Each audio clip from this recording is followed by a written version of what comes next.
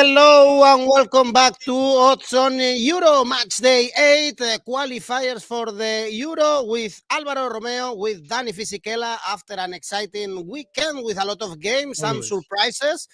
We can tell to the Croatians we still have 2 days with a lot of football on Monday and on Tuesday with great games, Greece, Netherlands, England, Italy. So if you are eager to listen to a good analysis from Alvaro and from Dani, stay tuned. Of course, press the like, subscribe, and now let's go on with the show.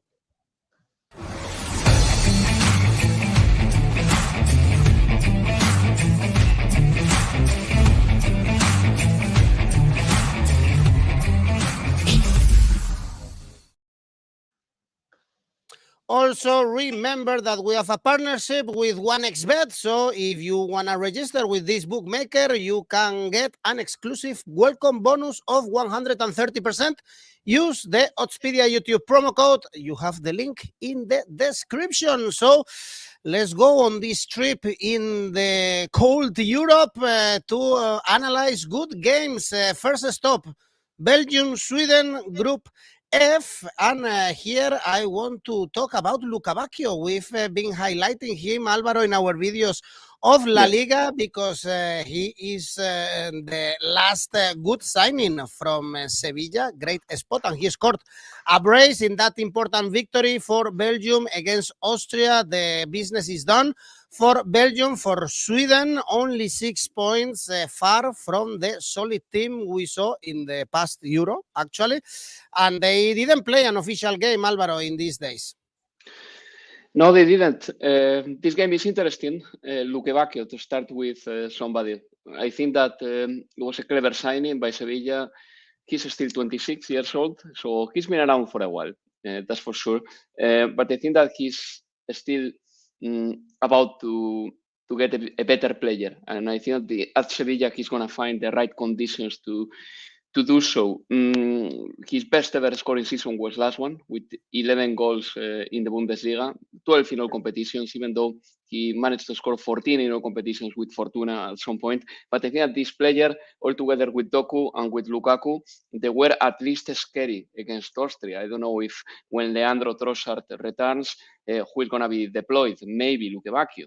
But so far, so good, and he's been playing very well. This game is interesting. Belgium have already qualified for the finals. They have scored 16 goals, and they can play for fun this game. They beat Austria 3-2 in the last game. Lukaku also scored. Lukaku scored a hat-trick in the reverse fixture, by the way, against the Swedish. So maybe Lukaku to score a goal here can be interesting, 191, but I would wait anyway until the lineup is published, because maybe the manager makes plenty of rotations ahead of this game. Onana is also suspended. But anyway, I think that Belgium is a favorite for this game.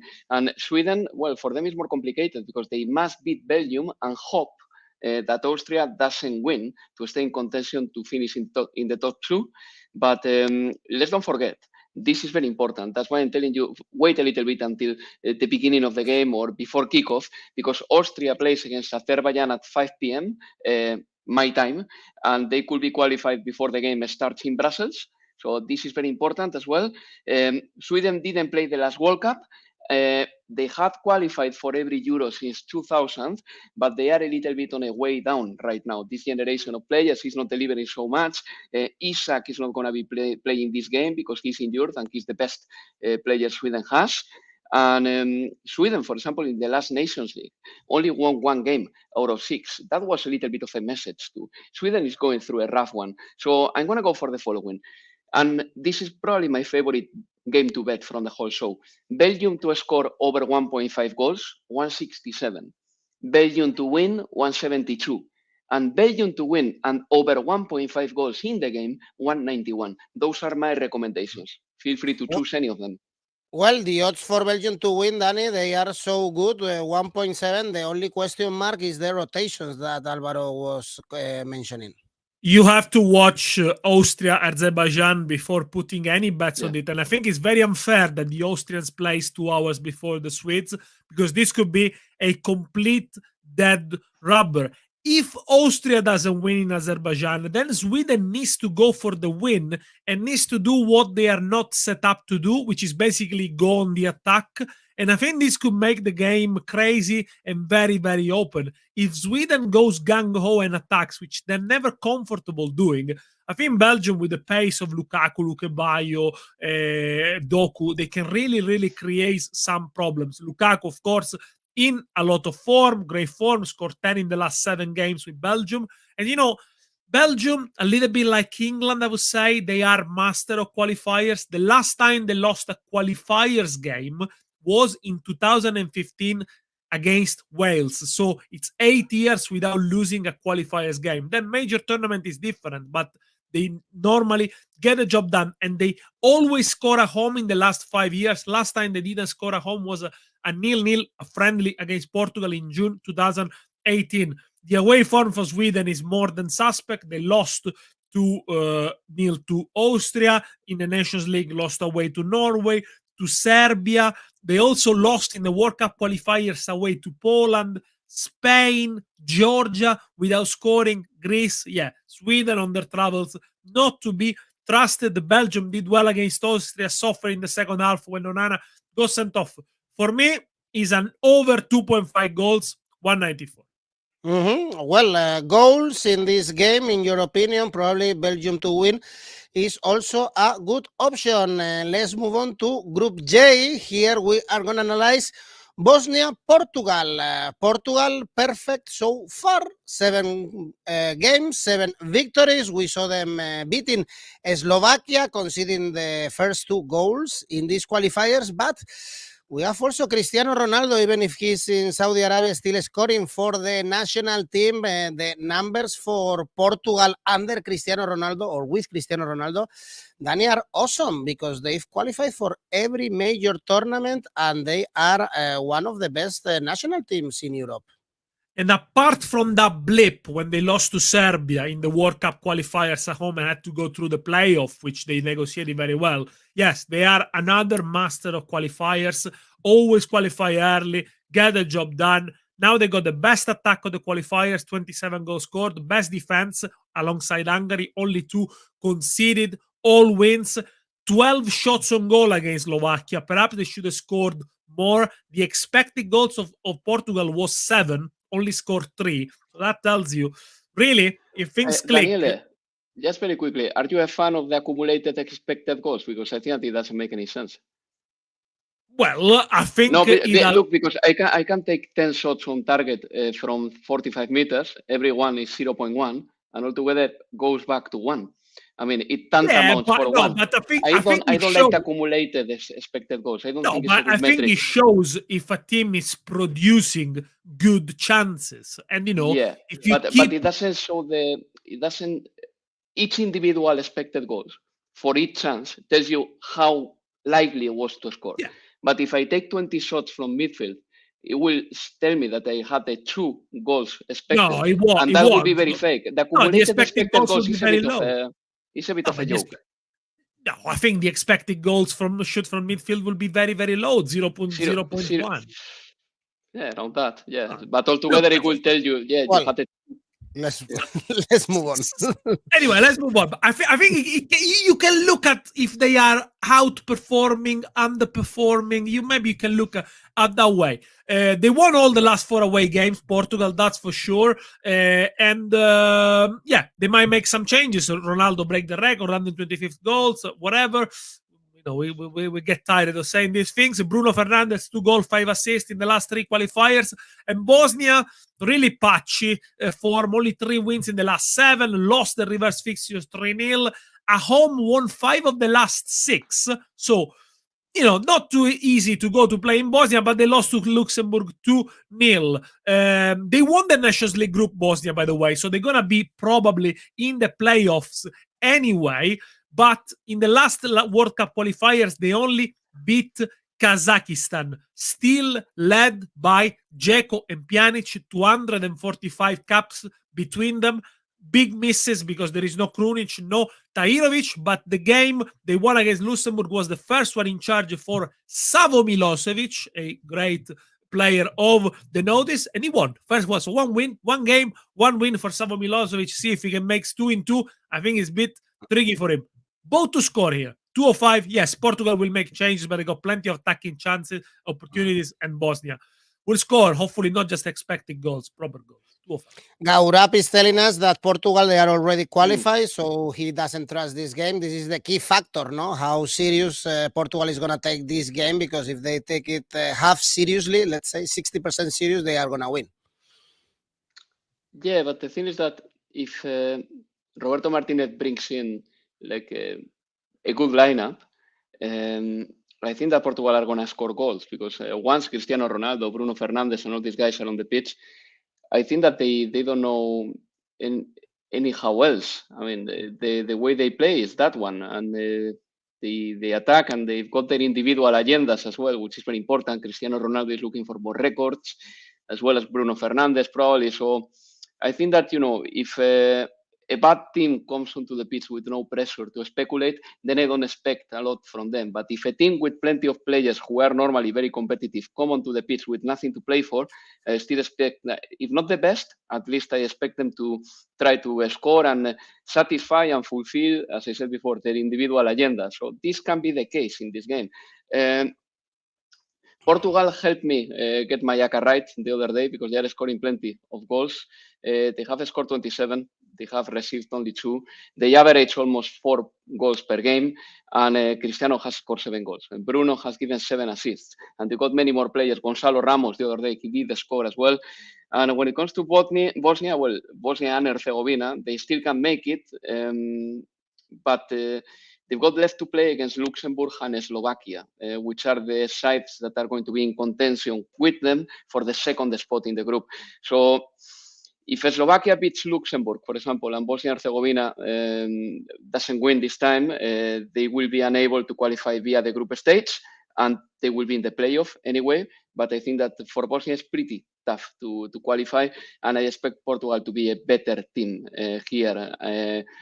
So Portugal to score over 1.5 goals in this game will be my favorite bet, given the talent they've got up front. That pays 173. By the way, Portugal to score over 2.5 goals doubles up that. Is 330 right now. And yeah, I will stay there. And if Cristiano Ronaldo is in the lineup, I will be happy to back him, because he has scored against Bosnia in the past quite a lot, 167. But my favorite bet, again, Portugal to score over 1.5 goals, 173. 7 goals for Cristiano Ronaldo so far in these Euro qualifiers. There is a Luxembourg-Slovakia, very interesting one in this group, because Luxembourg, they have a chance to go to the Euros if they win this game. But we are going to jump and analyze the great and very interesting game in Group B. We have Greece, Netherlands. Oh, this is very, very interesting, because right now we have Greece in the second spot with 12 points, thanks to their victory in Dublin against Ireland, and Netherlands, 9 points, as we predicted. They lost to France. Alvaro, this is very key for both ends. I'm sure you know how is the atmosphere in Greece. I'm sure it's very hot. Well, they are very happy with Poyet. I think that the feeling in Greece was about a year ago that it would be very difficult, almost impossible to qualify, and they still have a chance. So that would be something that will spur on the Greek side this time against the Netherlands. The truth is that the Netherlands haven't been a side that has been very reliable in qualifiers, in World Cup qualifiers, but in Euro qualifiers, normally they have done the job and they've been there, with the exception of Euro 2016. We have to say that. We were talking before about the masters of qualifying. Yeah, there is no one better than Spain right now. And that is empirical. I mean, Spain is the only side in Europe that has qualified for the last 16 major tournaments altogether with Germany. But Germany didn't have to qualify for this Euro. So the Netherlands haven't been that reliable, but I still believe that they are going to make it. And I'm going to tell you why. Because in this group is the head-to-head what counts. Well, in every group, okay? If there is a draw on points. And the Netherlands score a good amount of goals against the Greeks in the last in the reverse fixture. Then I think that the Netherlands are going to get 15 points in total, and let me tell you why I speculate with this, because they are going to play against the Republic of Ireland and then against Gibraltar in the next bunch of games in November. So a draw in Greece, I think that it could be a decent result, as strange as it sounds, because the Netherlands, they've got many players in the sidelines, and if they draw against Greece, then they depend on their own results. But if they lose against Greece, then they need France to do them a favor in November. Greece is in a good moment, that's for sure. They beat the Republic of Ireland. They wrap it up in the first half, which was very impressive, and they scored the most beautiful goal of probably the whole round. That one of Giacomakis against the Netherlands. Giacomakis, who did he score against? The Republic of Ireland. It was my favorite goal. The cross of Chimikas, the header were fantastic, really. But in this game, I'm not ready to back the Netherlands or either Greece, because I think that the Netherlands has many players in the sidelines. Greece can be a little bit unreliable. They can soak in the pressure and not handle it well. So I'm going to go for a draw at 30 minutes, 162. That's kind of all right. But my favorite one here, because there is a lot at stake, is over 4.5 cards in the game, 187. Interesting one, Danny. We have Okoko telling us that there should be goals in this game, and we have Imran saying Netherlands to keep a clean sheet, but I'm not very sure about Netherlands keeping clean sheets. Well, Imran, Netherlands have kept one clean sheet in the last 9 games, if we exclude the games against Gibraltar. So I think it's a bit of a tough ask there. They definitely can do it, but normally when they win by scoring a couple of goals, letting one in. So yeah, I think the line here, it's over 2.25 goals, 194. So the bookies expect more than 2 goals, but they're a little bit cautious, exactly for what Alvaro said, that draw might suit Netherlands and they might try to go on the attack a little bit less. They did all right against France, I think, Netherlands. France had too much for them. They had the chances in the first half, Netherlands, with Veerman, with Xavi Simons. Remember, there were a lot of players uncapped in that team, a lot of young players. And in the end, they couldn't do it against a very good France side, who also had some deficiencies there. A very good goal in the second half by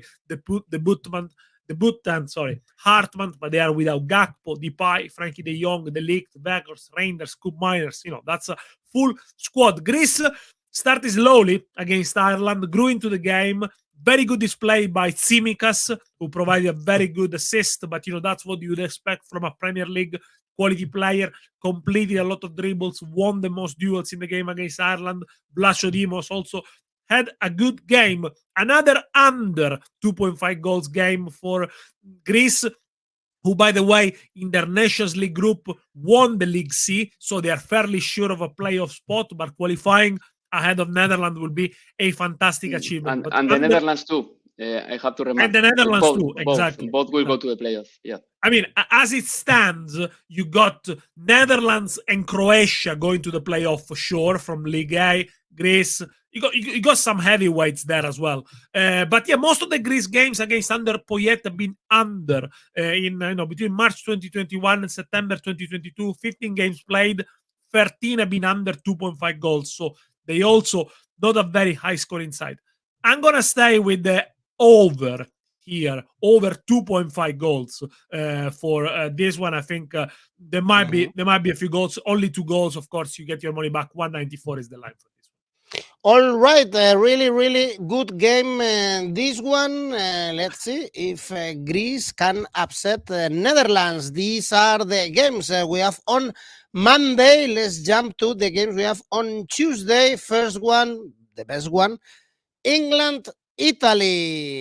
Danny, with some problems for Italy outside the pitch, talking about gambling like we do tips in this show. Perhaps Tonali or Zaniolo follow us to put some bets to play around, but this should not be done if you are a professional football player. So the atmosphere for Italy is not the best. England, Danny, keep winning the friendlies, and they rested the best players to play this game against Italy. I mean, jokes apart, what's happening to Italian football and some of the players is going to be under investigations. Obviously, we leave that to the authorities. Yeah, but looks like the problem of Zaniolo, Fagioli, perhaps Tonali as well, were deep lining, and it's not just putting a bet here and there, which, by the way, players cannot do it. They cannot bet on football, full stop. They can bet on any other sport. So, yes, I mean, on Spedia, there are lots of sports that people can bet on, but not football. But also, perhaps they were using illegal platforms, which, of course, they are very, very risky for the users and for everyone involved. England, Italy. Now, do you remember what were you doing the 21st of November 2007? Top of your head? No. That's the last 21st November 2007. Remember? England didn't qualify for the Euro. That's the last. Yeah, close enough. That's the last time England lost a home qualifiers. That was the defeat Croatia against or Russia. Croatia. 3-2. Yeah. And Russia then qualified in their group. Yeah. Yes, 1-3-2. The Wally with the Brawley, Steve McLaren. The rest is history. I've lost count of how many times England have played at home in a qualifier, a Euros, or World Cup without losing, but that goes back to 2007. They are master of qualifiers. They are unbeaten in 19 qualifying games. Last defeat came against Czech Republic in October 2019, and they've always finished top of the group for Euro 2016, World Cup 2018, World Cup 2002. They're going to finish top of this group as well. They become master of qualifiers. You wonder, okay, qualifying I want to is say easy. something. The master of qualifier is Spain. I repeat, they have qualified for the last 16 major tournaments. No one else has done it. True. Okay, but recently England have become. I know Spain have qualified more, but it's a position of strength that got stronger and stronger under Gareth Southgate. They do take qualifiers really seriously. And all in all, I think, apart from the issues that Italy has, which goal scoring, of course, is one of them, because they are without Immobile, they are without Retegui, Scamacca comes on the back of an injury. England are a stronger side than Italy at the moment. I think if you put man for man, position for position, Italy's got a stronger goalkeeper on paper, Donnarumma, probably a stronger left back in Di Marco, and between Locatelli and Jordan Anderson is there or thereabout. Everything else for me is England. England all the way. Since the final of 2021, England are on the up, Italy are on the down. They didn't qualify for the World Cup, changed the manager, and I think everything for Italy comes down to the last game against Ukraine, the 20th of November in Leverkusen. That's the crunch game. They can go to Wembley and have it a little bit of a free hit, if you like, but the biggest achievement for Italy will be not to get beaten too much because of the goal difference. Currently stands at +5. Ukraine is +1. Ukraine plays Malta. You need to obviously make your own calculation, but Italy needs to avoid defeat. A decent win against Malta, I wouldn't read much into it. England, a boring win against Australia, I wouldn't read much into it either. A lot of second-string players, but I think some of them will come really useful come the Europe, the likes of Ollie Watkins, for sure. Italy, by the way, only 2 clean sheets in the last 7 games against Malta. For me, this is an England win all the way, and I hope Italy doesn't get beaten 3 or 4-0. England Asian handicap -1, 220. Wow, Danny is not very confident about Italy. We have a Saab saying that Italy won't lose this game. I guess, Alvaro, you are confident on England, no? Yeah. Obviously, an Asian handicap -1 is a good one, and maybe I prefer to hold the fire, and I will stick to England to win, and then I will find some other results, some other odds that I can, make a good bet with. But yeah, England to win is my favorite here because they've got better players. They've got the player of the season so far, Jude Bellingham, and then they've got quality all around. I really like this team. I think that they don't have a great coach. That's the main issue. And the coach is a little bit stubborn with a few inclusions, like, for example, Harry Maguire, Jordan Henderson right now. I think there are a few players here and there that maybe he should find a replacement for. Then the atmosphere with Jordan Henderson has been a little bit toxic because he's been booed in Wembley repeatedly because he stood for some human rights that then he fell into contradiction with when he went to Saudi Arabia to play football, and this is the atmosphere in England right now. A player like Jordan Henderson has been booed in Wembley, which is something that is becoming more recurrent in Wembley. We are hearing like boos for Maguire first, now for Jordan Henderson. That's not ideal, but I'm sure that Gareth Southgate and England will overlook this and play well. And I think that England is favourite here. No need to explain Italy because we know who they are and what they did, for example, in the last game with Berardi scoring a brace. They beat Malta 4-0 easily. I think that one more thing for England is the fact that Lewis Dunk has proven that he's ready to play for this national side. He owes something to the Cherby because the Cherby has made him the player he is today. I'm going to go for England to win 167. By the way, if you think that Italy can score one goal only, it pays 1.8. It's a hell of an odd here, a hell of an odd, but still, I prefer England to win. I couldn't name a single Italian player who can score a goal against them. Unless it's from a set piece. The bookies expect few goals. Actually, the over 2.5 goals pays well, 2.2, the under 1.7. So they don't expect many goals. We all know, but this was the final of the last Euros, and only 3 years later we see England so favorite against an Italy that might struggle to qualify. Still, they have to play against North Macedonia at home, and as Danny reminded us before, against Ukraine playing in Malta in this international break. Tell me in the comments, who are you backing, England or Italy? We don't go really far from England. We go to Northern Ireland, Group H. They are playing against Slovenia. 6 points for Northern Ireland. Very, very poor. We saw them a couple of Euros ago, but they are far from that level. They even lost to Kazakhstan, both games. Alvaro, so the bet for Slovenia to win 2.3 perhaps is a good one, having a player that you really like Sesko, a player who scored a brace against Finland. Yeah, and him scoring pays 325. So if you are a believer in Sesko, just go for this because the odds are really, really good. And he's taking penalties as well, which expands his option of scoring. Slovenia beat Finland in the last game. Then Slovenia beat Northern Ireland back in September 4-2. They are favorites for this game.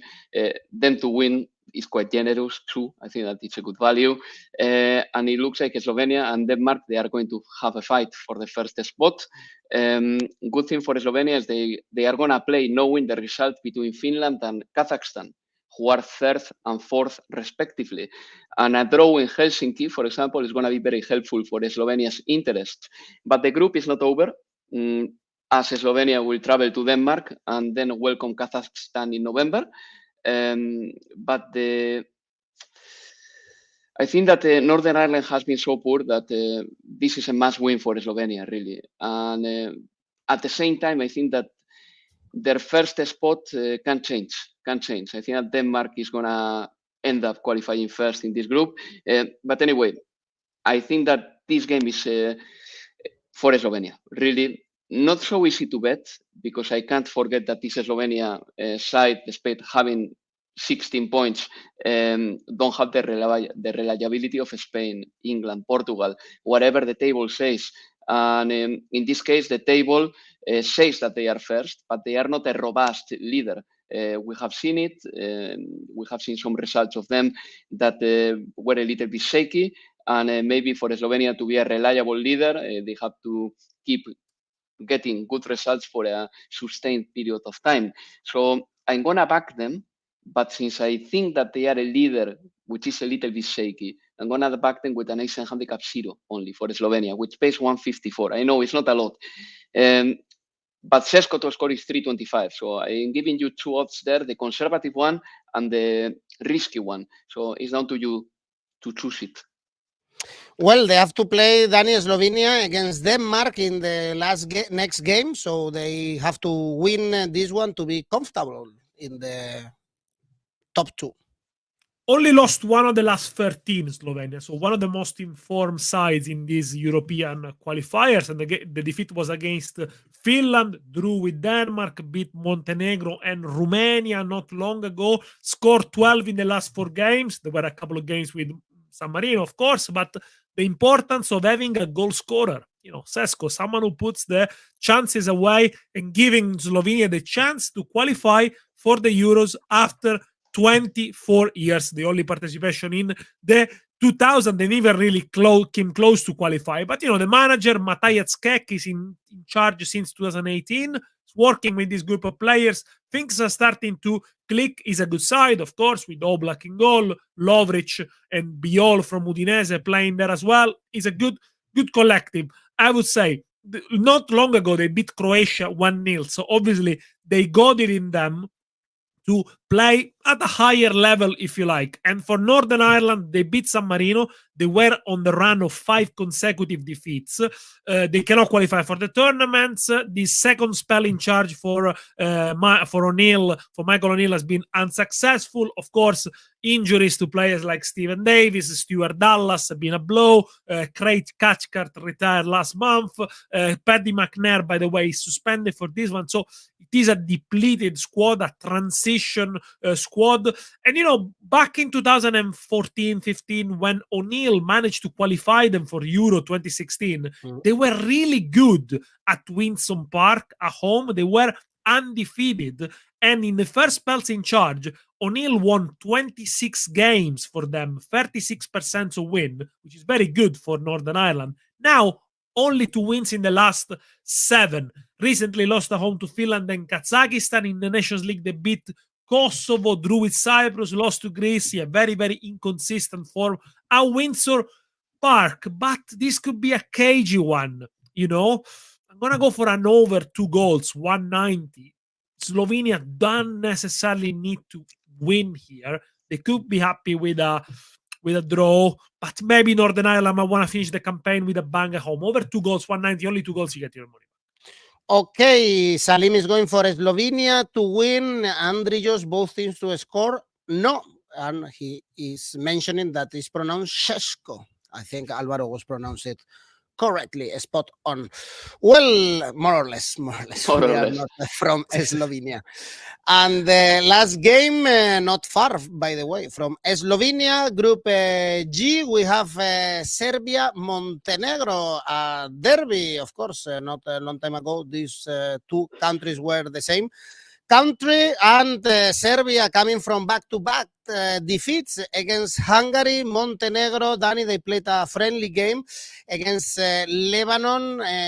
Not many points in this qualification, only 8. But if they make the big surprise and win here, they still have a chance to qualify, of course. Serbia, who, by the way, only qualified once for the Euros, but never as Serbia. They were Serbia and Montenegro when they qualified for the Euros, but they do qualify for the World Cup, so they like to make it to have it difficult. They confirmed they got problems at the back. They lost again 2-1 to Hungary. Only 2 clean sheets for the Serbs in the last 11 games.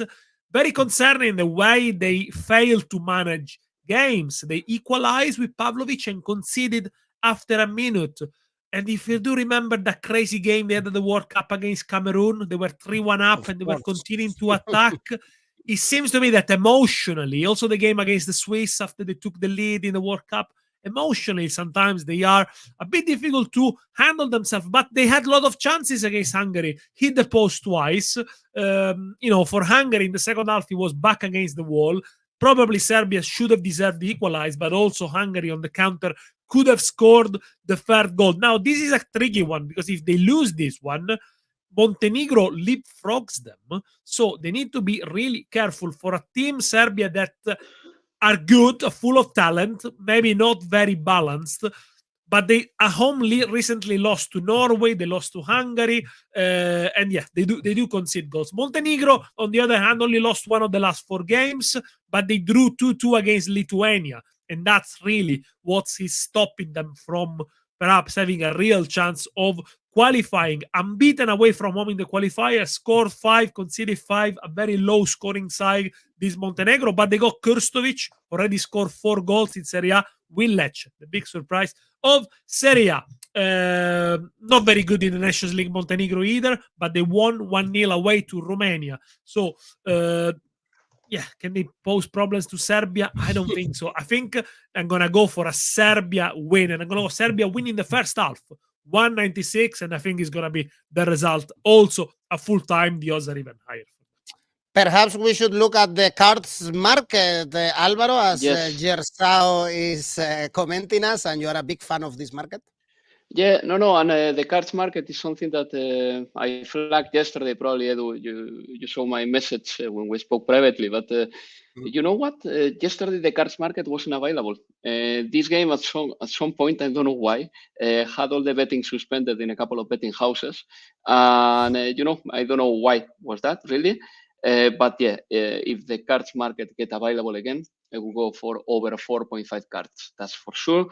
And then I'm gonna back Serbia with an Asian handicap minus 0.75, 144. Again, the European qualifiers are difficult. I think that the best values normally you get them in the Champions League and in the local leagues, and I tell you why. Because I think that sometimes a team can be unbeaten in 5 or 6 international games, but it's very deceptive because they can play it against San Marino, Andorra, and Moldova, and then that doesn't give you the proper reality of what they are at. And for example, with Serbia, I saw that very clearly because in the group stage, they have more or less negotiated it okay. But when they played against the only side that is their level, they lost, which was Hungary, because Hungary is more composed. And they've got better tactical acumen as well and intelligence too, so far at least. Maybe they change, but as Daniele says, they cannot keep the leads. Then they score a goal and they concede right after. And it's true that against Hungary, Tadic and Pavlovic, for example, hit the post. But I don't understand why the manager didn't do anything with Terzic, for example, because he was playing as a left wing back, and all the goals came from his side. Not only that, but he was unable to close that channel in which Kostic, for example, is a far superior footballer, at least in my opinion, but he didn't start in that game, and I think that he's going to start in this game because Terzic, he was subbed in the halftime against Hungary. But yeah, this game, in the reverse fixture, Montenegro lost 2-0 to Serbia. They lost at home. I think that Serbia is going to win it. I'm going to back them with an Asian handicap minus 0.75, but let's don't forget something. Serbia and Montenegro cannot qualify or be eliminated on match day 8. Somehow, they have had a similar performance in this group stage, and I think that is ridiculous because Serbia has a far better squad. Well, you are going for the Asian handicap also. Andrijos is going for Asian handicap minus 1.5 for this game. Well, I know, Alvaro, that you are looking forward already to watching La Liga and the Premier League again next weekend. But in the meantime, we have good games on Monday and Tuesday as we've analyzed. Tell me, Alvaro, your best bet for this. No, but don't get me wrong. I love international football. No, I prefer club football, especially in October, to be honest. I know. Well, I like some of the biggest shouts that I have yelled in my life have been in international football, but it's true that never in winter, always in summer. My safe bet is going to be Asian handicap minus 0.25 for Belgium, 141. I mean, when we get to summer now, hopefully in June, July, we will enjoy much more these games. Danny? Luxembourg, Slovakia over 1.5 goals, 149. I think especially Danny is not enjoying a lot these international breaks lately, suffering with especially Italy. the winter ones. But there is someone who's worse than me, the Polish. We don't talk about Poland. They drew 1-1 against Moldova. Yeah. Lewandowski, Danny. Lewandowski. Well, there is no Lewandowski, but also when you have, such a poor record with manager and stuff. I think we should do a special only on Poland and why Polish football is. Well, Czech Republic only beat 1-0, Faroe Island as well. Yes, all this Faroe is difficult. Danny, your Raka? Bosnia, Portugal, over 1.5 goals. Hungary, Asian handicap -1. They play Lithuania. Ukraine, Asian handicap -1.5 as they play Malta. And Serbia to win against Montenegro. The total odds is 5-11. Be careful with Lithuania. They beat Bulgaria recently.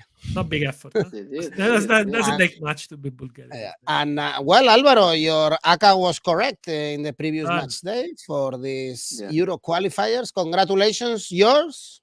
And strangely, my other ACA with Croatia was wrong. Croatia, we have to do another show about them because they are losing the plot completely. But anyway, my ACA is the following. Belgium to win, Asian handicap -0.25 for Portugal, Hungary to win, Austria to win. Altogether 4-10. Well, thank you, Danny. Thanks, Alvaro. Thanks, everyone, for watching the shows with us. We have another video for the CONMEBOL qualifiers for the World Cup in the channel, so go and check it out. And this week, we will have videos for the top 5 leagues with Alvaro, with Danny, and so on. Thank you, guys. See you this week. Bye-bye. See you. Bye-bye.